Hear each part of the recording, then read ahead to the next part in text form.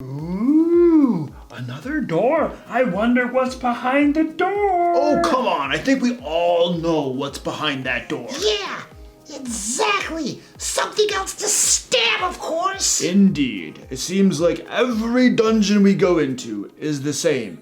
And behind every door is something else to fight. I don't even know why we're in this dungeon. I don't know, but I thought we were here to buy kitty snacks. You guys, what difference does it make anyway? All you're gonna do is just kill everything anyway and take their stuff. Well, that's because you trained us to do just that. Maybe you should mix things up from time to time. Yeah, no kidding. Do you know how sick I get of having to kill everything all the time? For once, just for once, I'd like to meet something that I could just have a civil conversation with.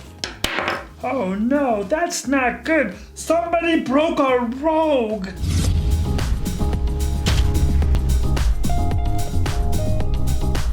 Welcome to the DM Lair. I'm Lucar, and I've been a Dungeon Master since high school. On this channel, I give practical Dungeon Master advice that you can implement at your game table. Today in the Lair, I'm going to go over the 7 steps I use when I create homebrew dungeons and adventures for my Dungeons & Dragons games. Now, I'll list these 7 steps in the order I usually do them in, but feel free to skip around and do what works best for you. Along the way, I'll be giving you some pro tips for making your dungeons more interesting and fun for your players. Also, on this Friday's live stream here on YouTube, we'll be creating a short D&D dungeon together. So today we'll talk about theory, and this Friday we'll put it all into practice, or into action, whatever.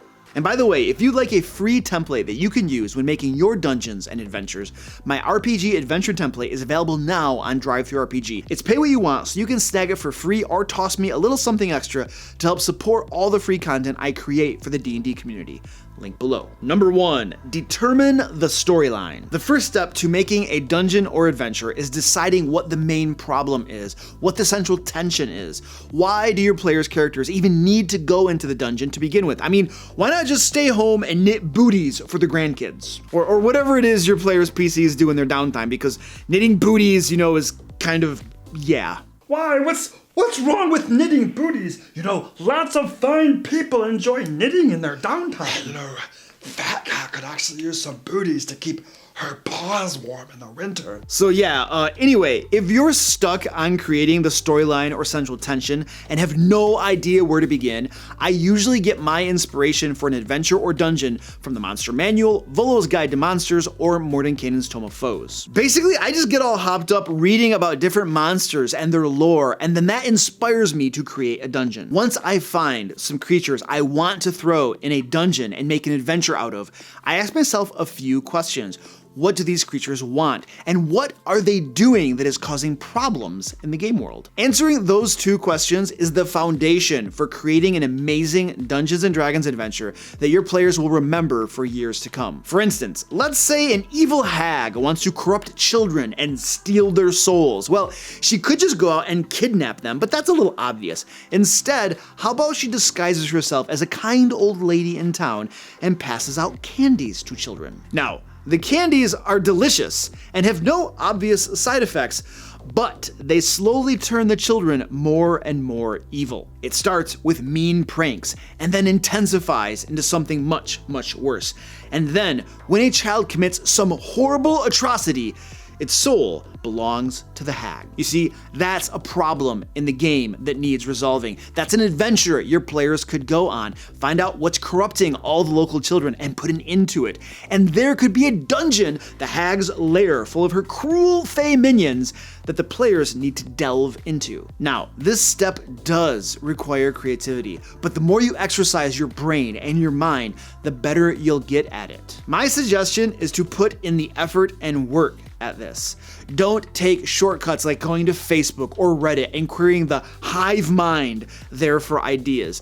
That will only inhibit your own ability to come up with ideas for your own awesome Dungeons & Dragons adventures. Number 2, pick some monsters for the dungeon. Now, yes, you'll probably already have done this a little bit as part of determining the storyline, but now's the time to find some more baddies to stick in the dungeon and flesh things out a little more. Who's working for the main villain of the adventure? Have you even found a creature to be the main villain yet? And why are all these creatures and monsters in the same dungeon dungeon, are they working together? Are there different factions in the dungeon that have an uneasy alliance that the players might take advantage of, pitting one against the other?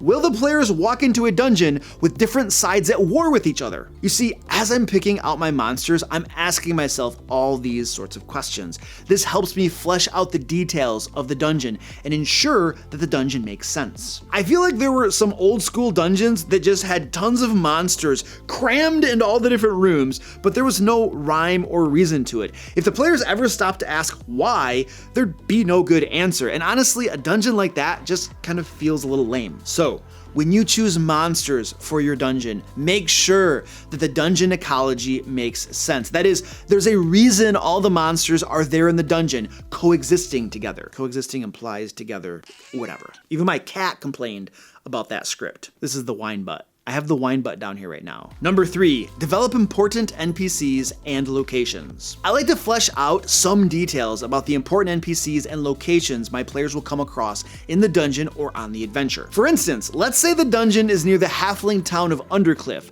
just east of Waterdeep, and there's a good chance the players will go in the town. Well, I should probably have some basic information about that town developed, now shouldn't I? Now, I'm not necessarily going to build out an entire town, but I may want to know some basic facts. Who's the mayor? What's the main livelihood of the people there? And the name of the local tavern, of course. Just one? We should have at least a few, don't you think?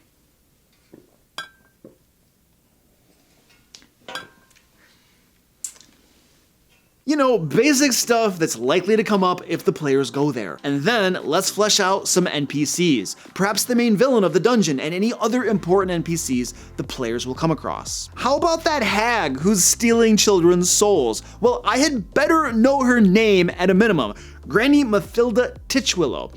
And I should probably know what she looks like, her basic mannerisms, her goals, what motivates her, and perhaps a flaw that could be used against her. I do the same sort of basic outlining for any important NPCs in the adventure or the dungeon itself. Number 4, make the dungeon already. Okay, maybe up until this point you've been thinking, that's all great, Luke, but I thought we were talking about making dungeons here. So why all the foreplay? Why not just get straight to the point? Because, young Padawan, you don't bake a cake without first reading the recipe and buying the ingredients. Do Padawans even bake cakes? Aren't they just Jedi Knights in training? Or did Disney screw that up too? Whatever, you get the point. Anyway, let's create the actual dungeon, and any good dungeon or castle or building or whatever usually starts with a map. And a quick side note on terminology before we go on, pretty much everything is a dungeon in my mind. Anything with rooms made of 4 walls, a ceiling, and preferably a floor,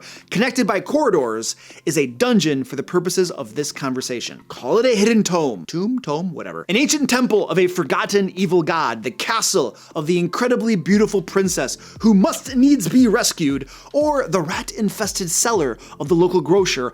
All of those are dungeons in my book. Okay, back to maps, because a good dungeon needs a good map. And the best advice I can give you for creating a good dungeon map is stealing ideas from others. That's right, I'm advocating theft. Creativity feeds on creativity. So when I'm looking to make a map for a dungeon, I start with a quick Google search for maps. Just type in D&D map, press enter, and then go to the images tab, and you're all set. Just browse through the maps. Maybe refine your search for sewers or temples. And then when you find something that looks cool, use that for inspiration. Now, usually I prefer not to copy a map exactly as I find it. Instead, I like to make a tweak to it here and there, make it my own. And honestly, a lot of times the map I finally end up creating looks very little like the map or maps that inspired me, and that's perfectly fine. I went to Google for inspiration, not to steal a map, even though I kind of did recommend you do that.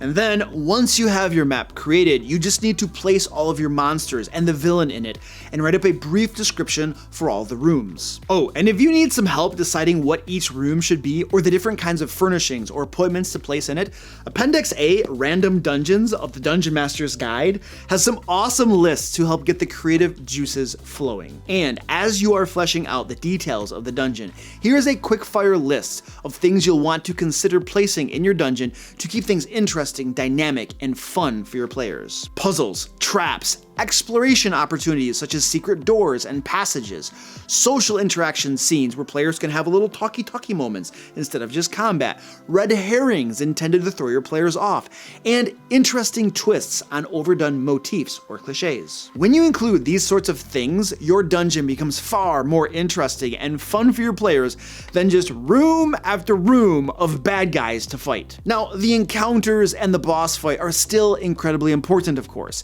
Those are the things that drive many players to actually play the game, so I wouldn't skimp on those either. In fact, I have an entire encounter building playlist with lots of information about making fun and exciting encounters for your players.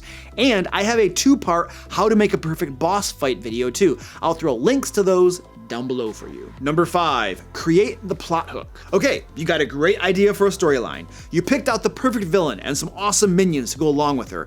And you created an entire dungeon for your players to explore with puzzles to solve, traps to overcome, and baddies to defeat. Well, all of that work is for nothing if you can't motivate your players to actually go to the dungeon and go on the adventure.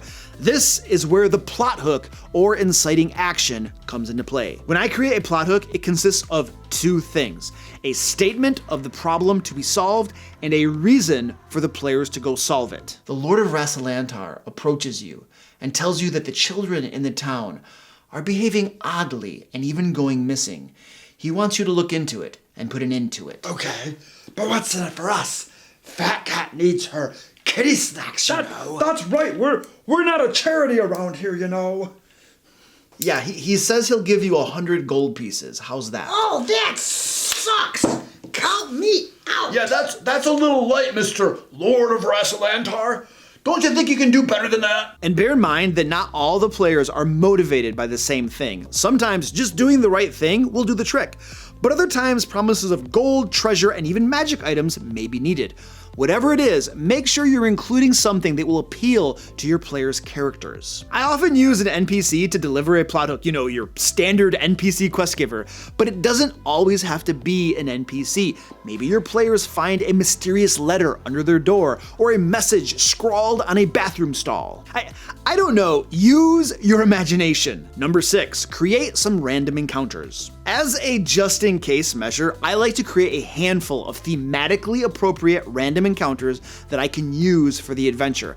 I might need them, for instance, when my players take a short rest or a long rest in the middle of the dungeon and I need to throw some extra baddies at them. I'll pick monsters that fit with the theme of the adventure and are appropriate for their level, of course. Number 7, create the resolution. What happens when your players are done with the dungeon and have defeated the villain or otherwise accomplished their goal?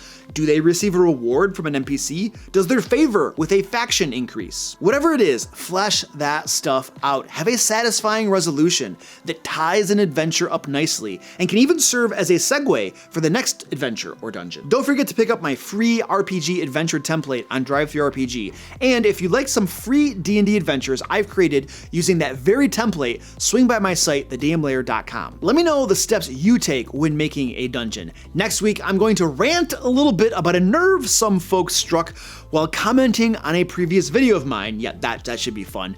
But until then, click right here to hear my 10 tips for making a D&D adventure. And until next time, let's play D&D.